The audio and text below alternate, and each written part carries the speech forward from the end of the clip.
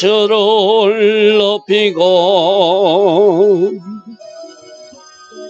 영원히 주의 이름을 송축하리이다.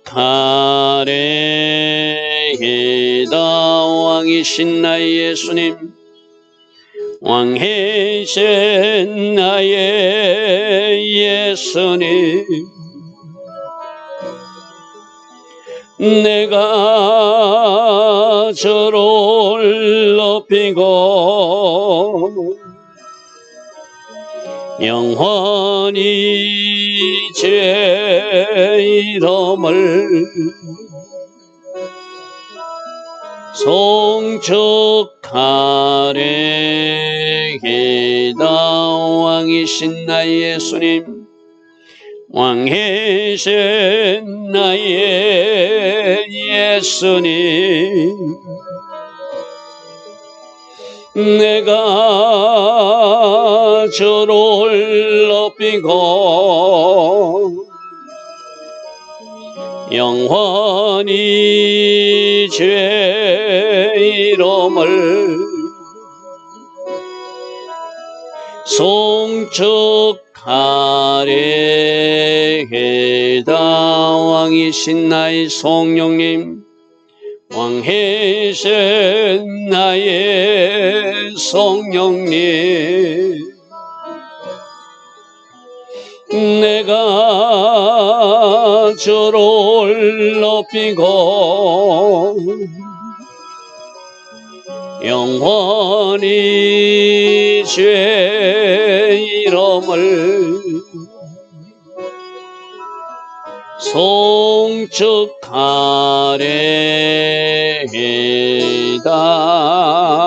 아멘.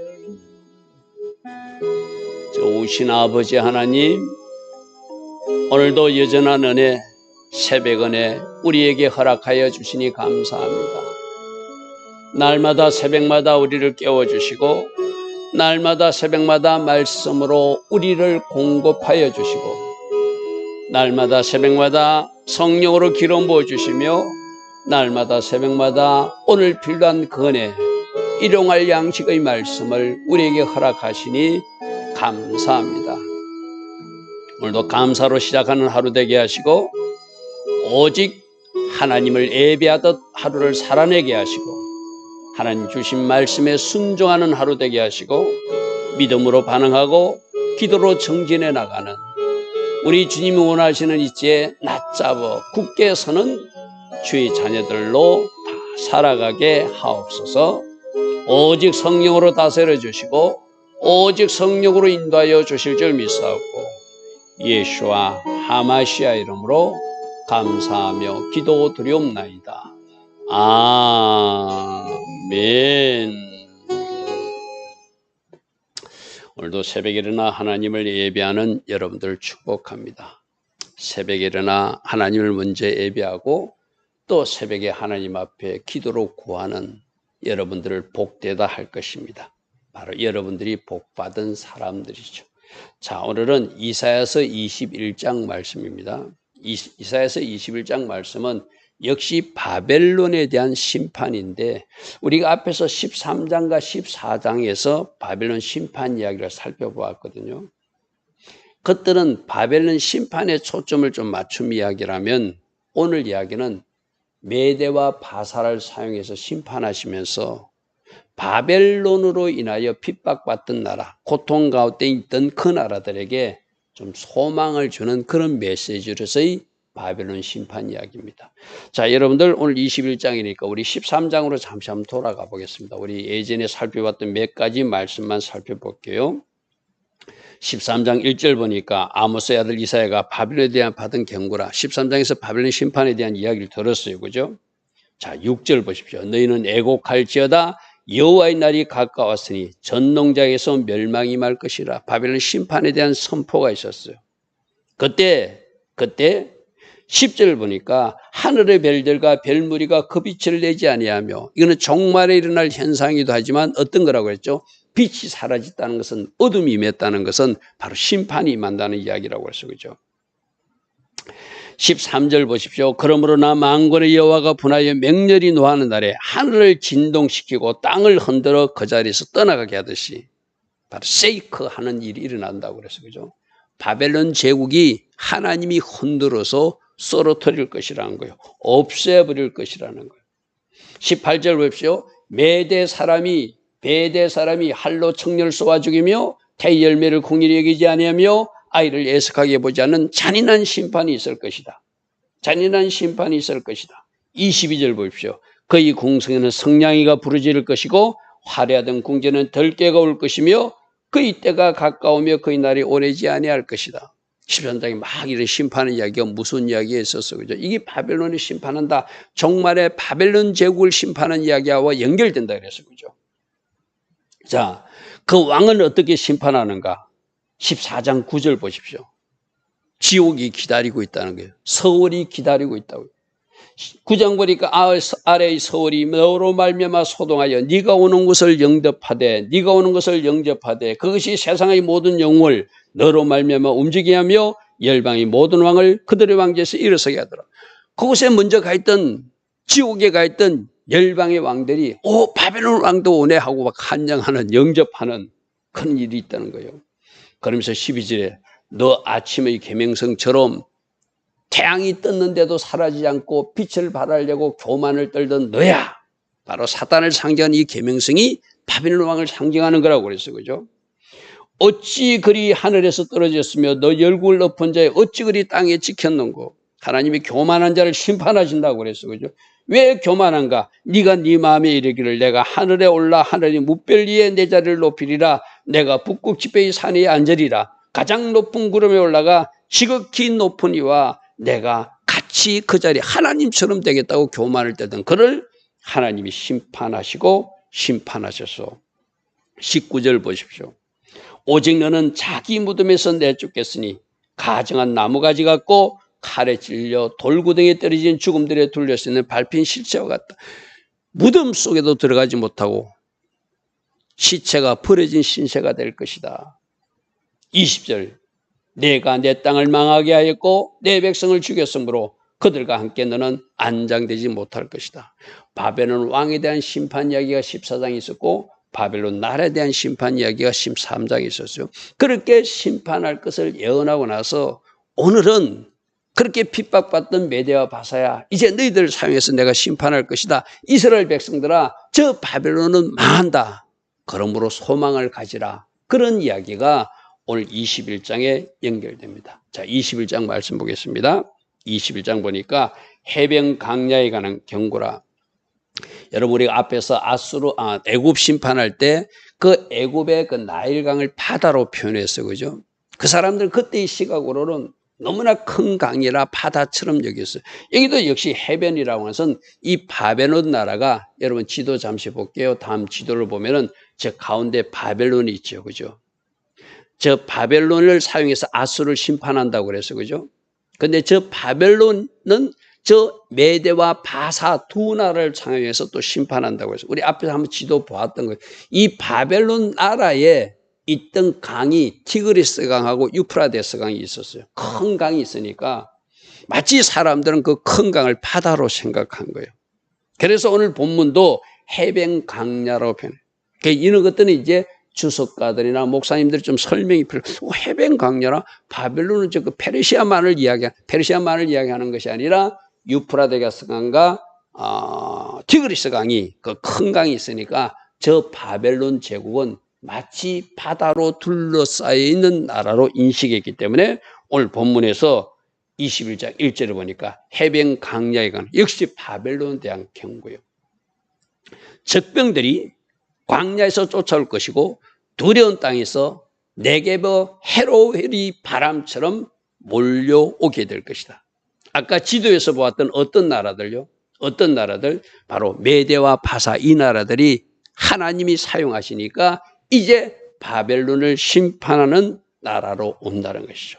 자, 제가 오늘 본문에 여러분 화면에 보면은 참고로 바벨론 1차 예언은 13장 1절부터 22절 또 14장 3절부터 23절이라고 참고로 표시해 놨습니다. 오늘 새벽 예배를 마치고 나서 또 우리가 시간이 지났으니까 또 기억이 가물가물한 사람들은 아까 읽었던 13장이나 14장 말씀 읽어보고 오늘 말씀과 연결하면 하나님 이렇게 심판하셨고 이렇게 사용하시는구나 하는 이야기를 알 수 있겠죠. 자, 그래서 2절에 혹독한 묵시가 아주 무시무시한 계시가 나에게 보여졌다. 하나님 사람 이사야는 장래에 일어날 심판 이야기라든지 아까 보았던 잔인한 심판 이야기, 그런 이야기를 그 시체조차도 바깥에서 밟히는 그런 무시무시한 이야기들이 이 선지자 이사야에게는 보여졌다는 거예요. 속이는 자는 속일 것이고 약탈한 자는 약탈할 것인데 엘람이요 올라가고, 이 엘람이 아까 지도에서 보았던 바사 제국입니다. 바사 제국. 엘람이여 네가 올라가서 저 바벨론을 처리하라. 메대여 네가 에워싸서, 그렇게 메대와 바사 이 연합국이 바벨론을 처리한대. 네가 올라가라, 네가 에워싸라. 거의 모든 탄식을, 여기서 그 모든 탄식은 바벨론이 강한 나라일 때는 메대와 바사가 좀 핍박을 받았어요. 마치 이스라엘을 공격해서 그들이 모든 것을 성전을 불태우고 성벽을 불살하고 막 귀족들이 집을 불살하고 포로로 잡아가듯이 이 바벨론 나라가 가는 곳곳마다 많은 주변 나라들이 피해를 입었거든요. 그러니까 이제 거의 모든 탄식을 바벨론 나라로 인해서 핍박받던 부러졌던 그 민족들을 내가 그 울음을 그치게 해주겠다는 거예요. 거기는 누구도 포함되죠? 이스라엘도 포함되죠. 역시 메대와 바사도 핍박받던 나라예요. 그러니까 메대와 바사가 이 잔인하게 또 바벨론을 심판한 이유는 일종의 마음의 상함이 있었어요. 이 바벨론 때문에 우리 민족들이 너무나 큰 피해를 봤어. 이제 우리가 저들을 제압할 수 있으니 완전히 깡그리 없앨 것이라고 잔인하게 심판하게 또 그 메대와 바사를 사용했다는 것이죠. 그래서 거의 모든 탄식을 내가 이제 그치게 했다. 그 나라로 인해서 핍박받던 나라들이 이제 바벨론 제국이 사라짐으로 너희들이 탄식이 그치게 될 것이다. 그래서 바로 이 말씀부터가 소망의 메시지이기도 하죠. 그죠? 마치 우리가 일제 식민지 안에 있다가 너희들이 이제 해방될 것이다. 곧 나라가 자유를 얻게 될 것이다 하는 소식하고 같은 이야기잖아요. 그죠? 자, 3절 이러므로 나의 요통이 심하며, 또 선지자는 여러분 하나님이 사람들은 그런 거거든. 누군가 아픈 사람을 치유 기도를 하면 그 아픈 사람의 통증이 치유기도 하는 사람에게 오거든요. 누군가 허리가 아프면 내가 허리가 아프듯이 그 실제로 같이 느껴져요. 그러듯이 이 선지자 이사야는 비록 그 하나님이 심판을 받는 바벨론이지만 그 바벨론의 혹독한 심판의 내용을 알고 있기 때문에 그걸 미리 환상으로 묵시로 보고 있는 사람이기 때문에 그 고통이 그대로 몸으로 와 닿는 거예요. 이게 하나님이 사람들의 모습이거든요. 여러분 하나님이 사람들은 좀 깊은 기도를 하는 사람들은 누군가 전화 통화를 하잖아요. 그럼 그 사람의 마음의 상태가 전달돼서 같이 고통스러워하고 같이 슬퍼하게 되고 같이 힘든 것을 경험하게 되거든요. 바로 그 말이에요. 나의 요통이 심하여서 그 바벨론이 심판당하는 모습을 내가 지금 생각하니까 마치 해산이 임박한 여인이 배가 아프듯이 내가 너무 힘들다, 고통스럽다 이 얘기예요. 나의 요통이 심하여 해산이 임박한 여인의 고통 같은 고통이 나를 엄습하였으므로 내가 괴로워서 듣지 못하고 놀라서 더 이상 보지 못할 혹독한 심판이 일어나는구나 이 말이죠. 이게 하나님의 사람들 특징입니다. 하나님의 사람들은 누군가 아프면은 같이 아프고 누군가 슬프면 같이 슬픔을 공유하는 그런 하나님의 어떤 사역자에게 그런 마음을 주시죠. 그죠? 자, 4절. 내 마음이 어지럽고 두려움이 나를 놀라게 하며 희망이 서강이 변하여 뭔가 기쁘고 좋은 일을 바라보았던 것이 이제 떨림과 두려움으로 바뀌어졌다는 거예요. 왜? 하나님이 심판하시는 모습을 보니까 바벨론을 하나님이 사용할 때는 하나님이 사용하시는구나 하는데 제가 늘 얘기했죠. 아수르도 그렇고 바벨론도 그렇고 하나님이 A만큼 그들이 징계하고 징치하기를 원하는데 그들은 너무 많이 급히 핍박받는 민족들을 괴롭혔다는 것이 그들이 죄라고 그래서 그죠. 하나님은 한 100 정도 치료하기를 원하는데 그들은 막 200, 300만까지 치료하는, 그리고 개인적 야심과 욕심을 이루는 도구로 사용하니까 하나님이 그 교만을 심판할 수밖에 없겠죠. 이제는 희망이 서강이 변하여 기쁨의 잔치를 하던 그들이 이제 두렵고 떨림으로 변해서 두렵고 떨림의 가운데 있게 되겠구나. 그런데 오절이 문제예요. 이렇게 심판이 임하는 줄도 모르고 그는 식탁을 베풀고 파수꾼을 세워놓고 먹고 마시고 잔치하고 있다는 거예요. 때에 대한 분별력을 모르고 하나님의 메시지를 잘못 읽는 사람들은 이렇게 실수하는 거예요.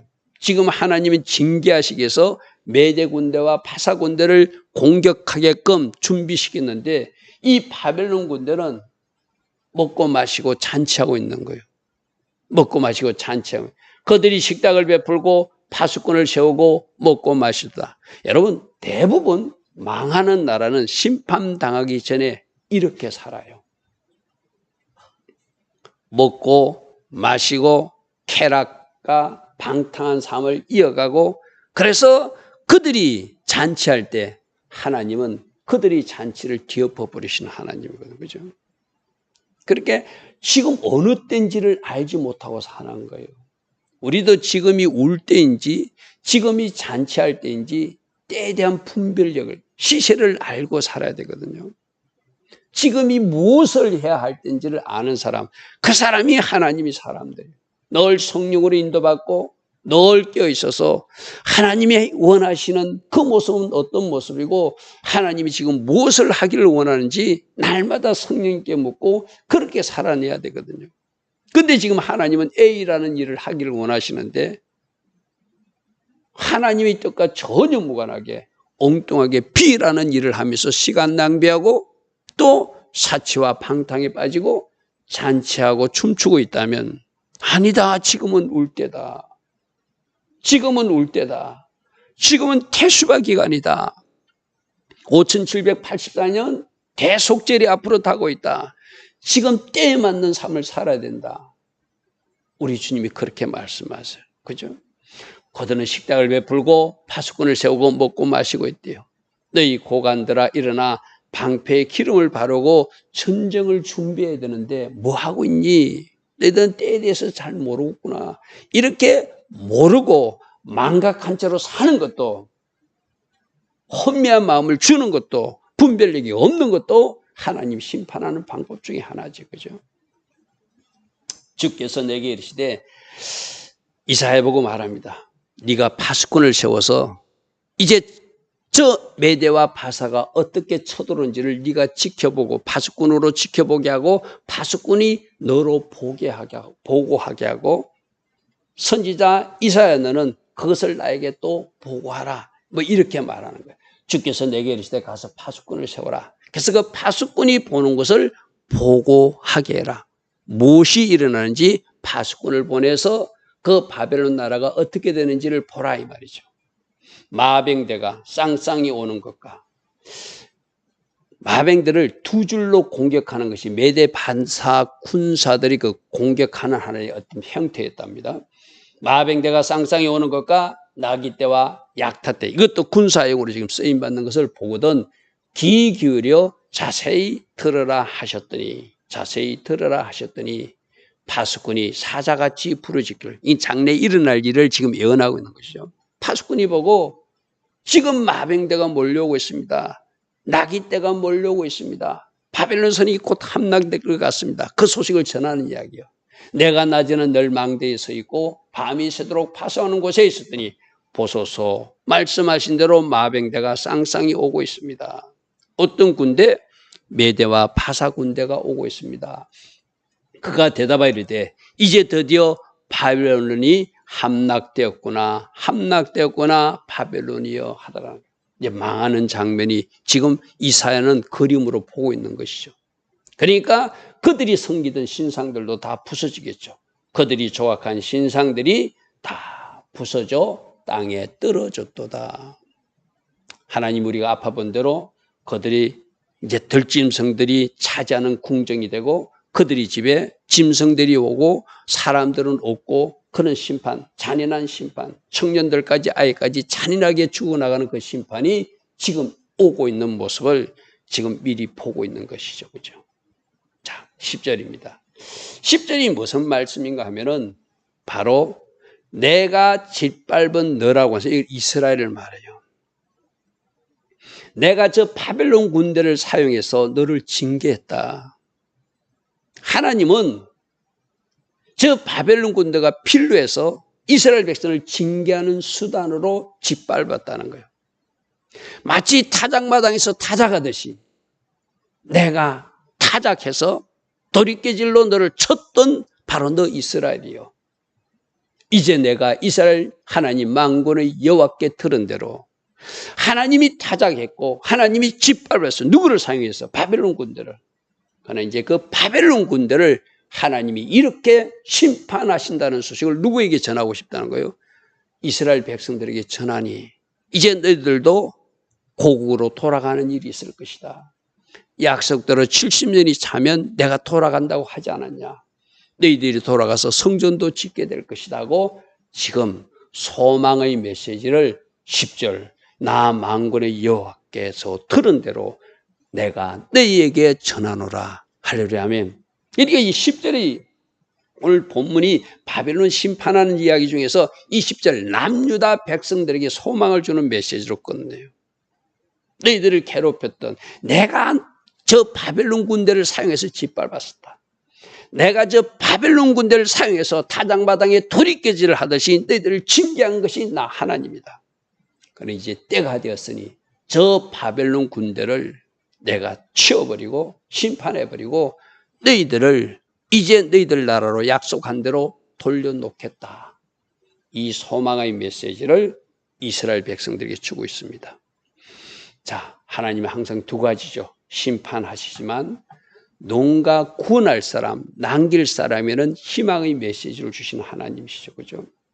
그래서 우리는 항상 하나님의 자녀 자리에 바르게 정렬해서 하나님이 축복하고 싶고 하나님이 남기시고 싶고 심판 가중에서도 하나님 뭔가 소망의 메시지를 줄 수 있는 그런 하나님의 자녀 자리에 어제 저녁에 들은 말씀들은 낮잡아 굳게 서는, 그래서 예배의 자리에 서고 순종의 자리에 서고 헌신의 자리에 서고 신부의 자리에 서고 제자의 자리에 서고 군사의 자리에 서고 주님 원하시는 그 자리에 낮잡아 하는 것, 그것이 바로 우리가 해야 할 영역이고 이치인 줄 믿습니다.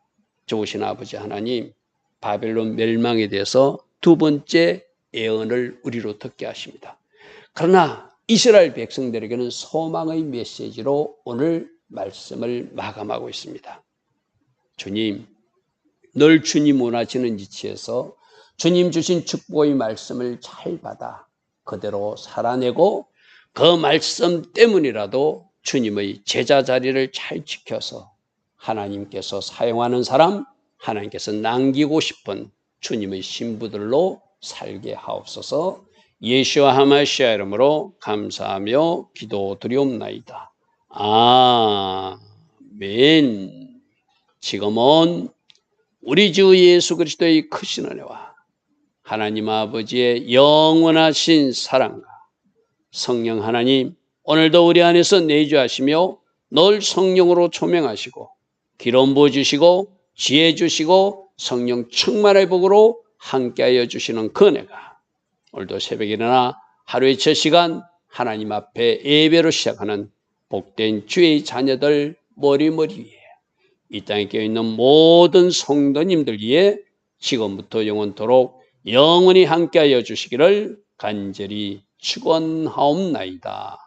아멘.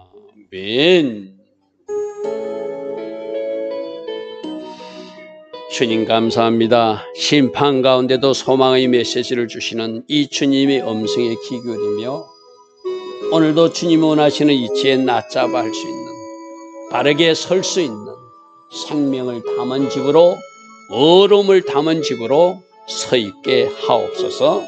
주님 감사합니다. 주님 감사합니다. 주여